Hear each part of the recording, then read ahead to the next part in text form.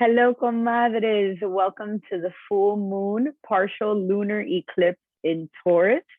As always, it is a pleasure to share space with you, to be in this space. Thank you for your support. Hello, comadres, and welcome to the full moon report in Taurus. It is also a partial lunar eclipse. So thank you so much. As always, I love sharing space with you, and I have a jam-packed report. Lunar eclipse tends to be volatile or surprising or erratic. So this is a pretty intense time.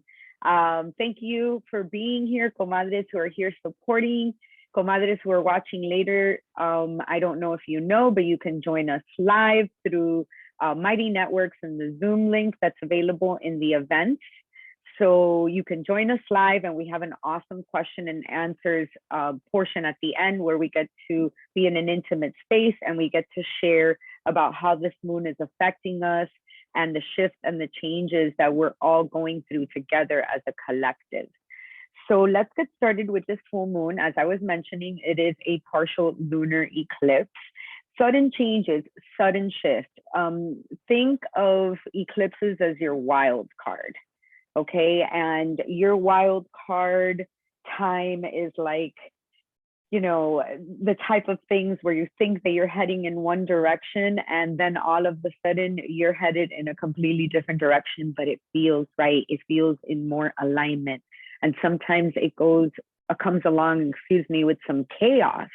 But even if some chaos or some erratic behavior is showing up for you, know that it's shifting. The energy is shifting and changing things and setting you, if you're being intentional about your time and your space, then it is setting you up for your path. So if you're listening, it has answers. And I am here to tell you in this report mainly, just settle into your space for this full moon. No rituals, no manifestation, practices, more like silence, bringing your energy down, grounding. It is a full moon in Taurus. Taurus is an earth energy. And it is about building. It is about manifestations. It's about the physical plane and the things that we can touch, things that we value, physical things. So, connect to that earth energy and just use it for stillness. Use it for stillness, moving into a space of bringing in stability and safety, primarily into your body. So before we start talking about what we've gone through in Scorpio season, let's just take a moment to close our eyes, take your hands to your heart, take a nice deep breath in, and exhale through the mouth. You can sigh like I am. Breathe in, exhale.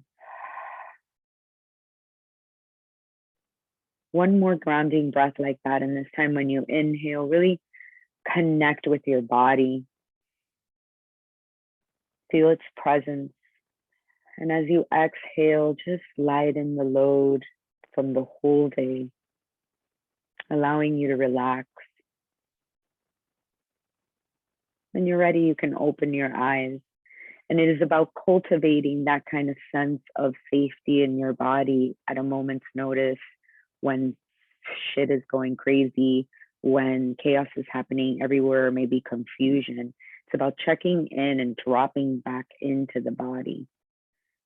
If you watch the last new moon in Scorpio report, we talked about movement in that one and about really using movement to move the energy that we may be working through. And we had a pretty intense Scorpio season, at least I did. It was pretty transformative. And the things that came up around relationship and around personal transformation, it was intense because it had just come off of a Libra season and a Mercury retrograde in Libra. But we continued to then transform those things that we had learned through relationships. And as we were going through this season, there were some difficult aspects to Saturn and Uranus throughout the way. And, you know, when you're having a square to Saturn, a square to Saturn, there are lessons to be learned. This is the father of time. You know, this is a grounding energy. Saturn, you know, is like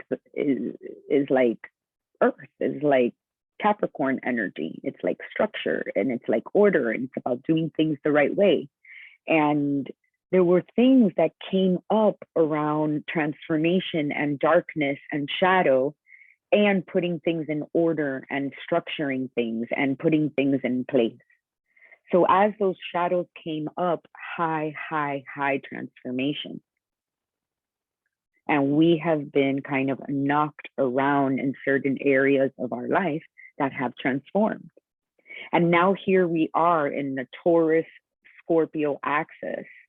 Now it's an eclipse that's happening. So the nodes have changed from Sagittarius and Gemini to now Scorpio and Taurus.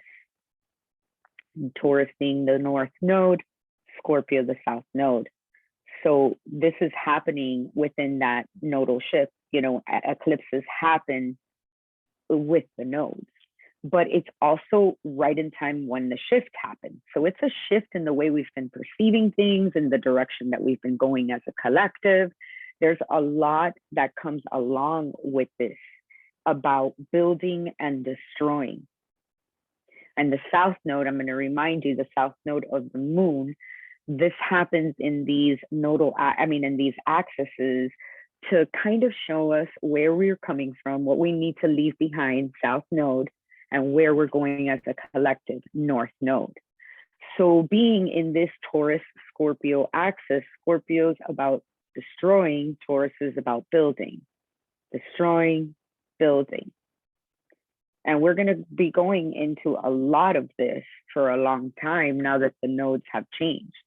But as we get ready to move on, because we are ready to move on, and I'm just here to say that, you know, if you've done the work and if you're being recognized for that. Because if you have done the work, then you can say, okay, what has been coming up from my shadow for resolution? What am I seeing that needs to be resolved? What came up that needed to be resolved? I've done the work. What needs to just be left in the past?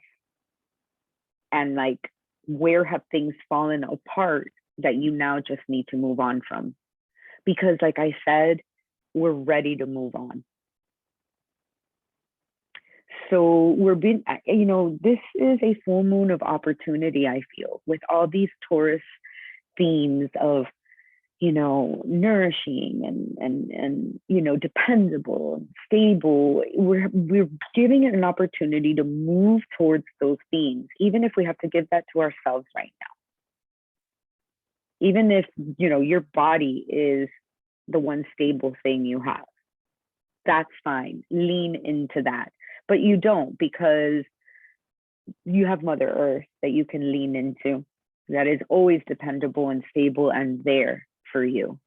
And moving into the themes of Earth, like, you know, how does it support you and sustain you? And how can you bring that feeling into your body of safety and security? Huge shifts happen during eclipses. And for that reason is why I'm saying, you know, try to keep it cute during this time, because the energy is kind of all over the place. And if you do any magic or start doing some ritual work, you know, things may get confused. Things may be not work out the way that you want them.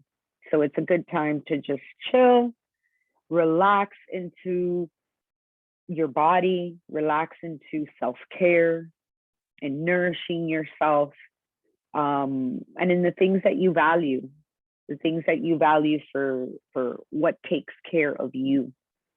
And Venus is in Capricorn now, and she's going to be there for a while. So we'll probably be talking about this for a little bit. And she's going to be in Capricorn, and then she's going to retrograde in Capricorn. And some of the themes that are coming up with Venus in Capricorn are around finance, partnership, and career. And we're being asked with this transit to sober up about these themes.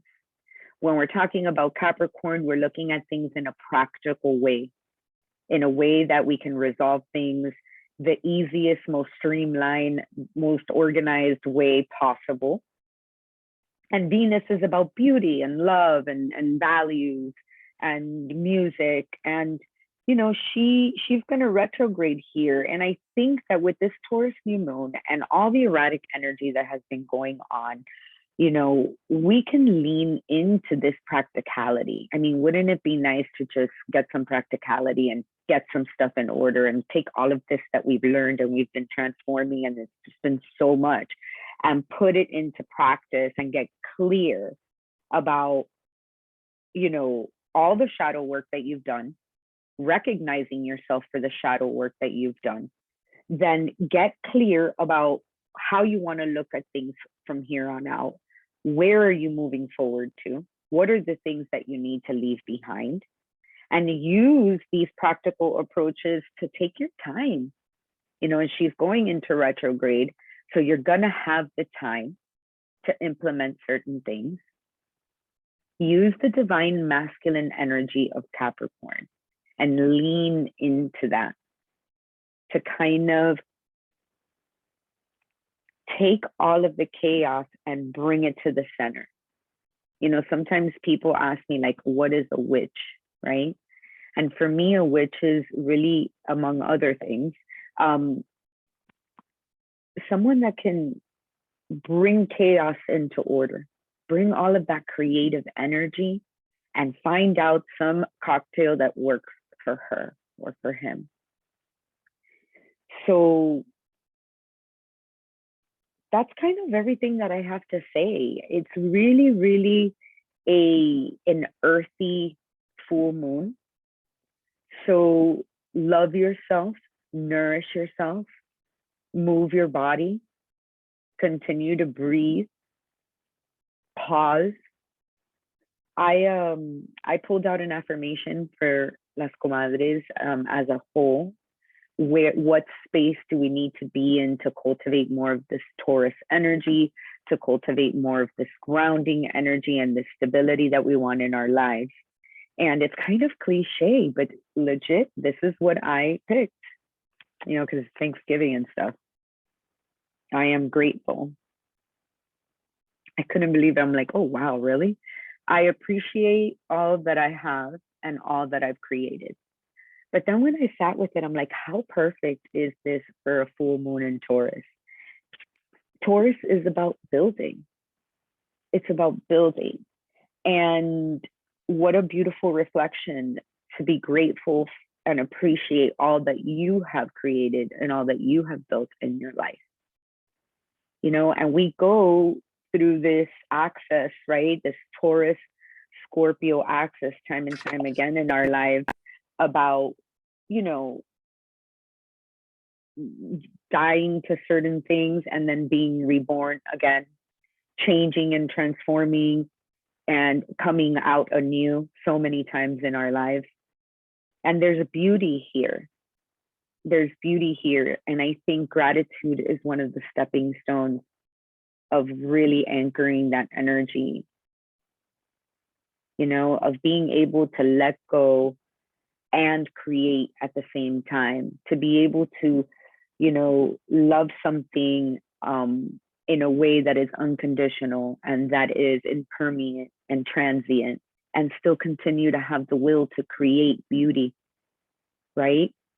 So I have a lot of gratitude for that. And I'm grateful to have a community like this one that gets to share that with me. So I hope that you have that in your life.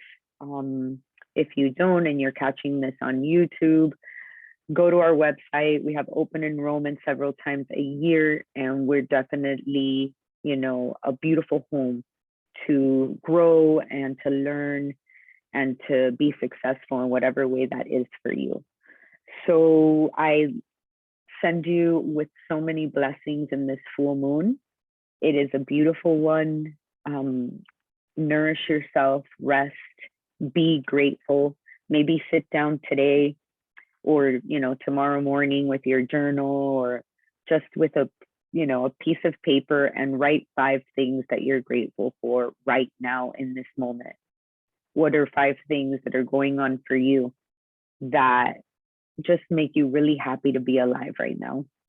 And, really have a joyous holiday. We're going into holiday season, so our nervous system gets a little bit amped up during this time. Be mindful, use that practice of checking in with your body, breathing into your body, and really enjoy yourself. I will see you in the next new moon, comadre. Ciao.